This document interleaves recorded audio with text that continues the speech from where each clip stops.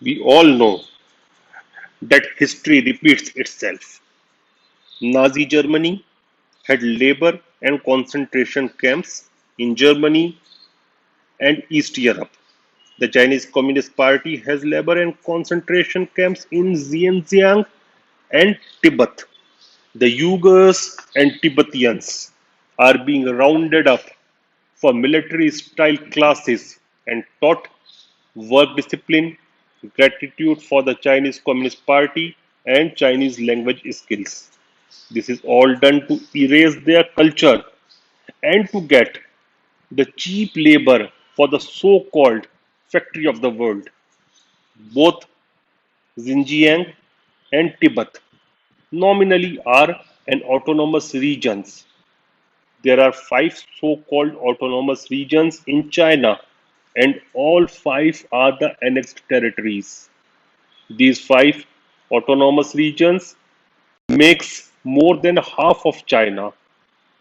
There is also a cultural eradication program going on in the so-called autonomous region of Inner Mongolia or Nia Mongol, where the Chinese Communist Party is working on to eradicate the Mongol language and enforce Mandarin.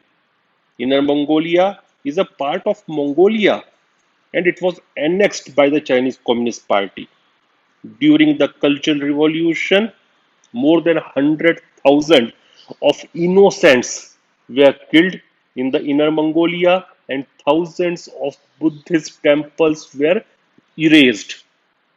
The local officers who fail to meet the inhumane quotas and targets set by the Chinese Communist Party in the so called autonomous regions are subjected to harsh punishments.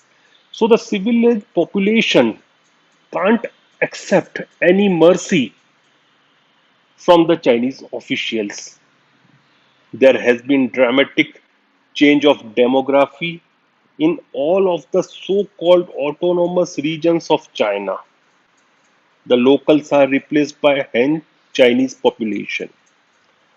In late 2015, Tashi Wangchung, a Tibetan from the remote nomadic region in Qinghai province, tried to sue his local government for the curtailment of Tibetan language education.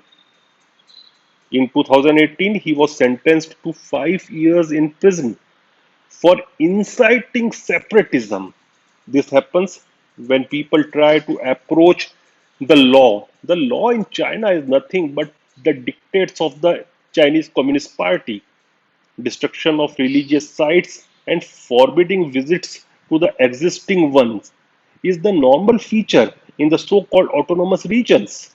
This strategy has old roots. Back in 1989, the eminent Chinese anthropologist Fia Ziotong wrote that through a long process of mixing and melding, the Han majority and other ethnic groups in China would eventually combine into a single entity, the Chinese nation race.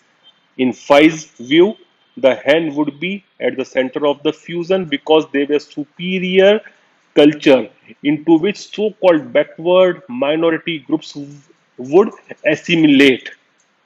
It's high time for the civilized world not only to sanction China, but also to rename it from People's Republic of China to Han Republic of China, because this is what it is.